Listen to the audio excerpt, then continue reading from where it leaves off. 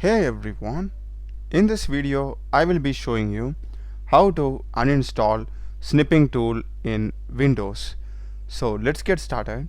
First thing, just go to search and type app.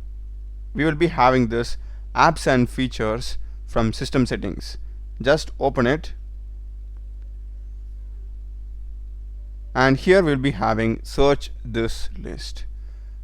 Just search for snipping tool, and we'll be having both these options, snip and sketch. If you want to uninstall, you can just click that. I'm going to uninstall the snipping tool, so just go here, and here we are having the uninstall option. Click it and click on uninstall. This will take some time, be patient. And it says to completely uninstall snipping tool, my system should restart. So if you're fine with that, just click on yes. So I have restarted my system and I am in apps and features. As you can see here, I'm not having the snipping tool. That's the video, guys. Do check the playlist of my channel. There are a lot of videos in programming and AI tools. Subscribe me. Thanks for watching.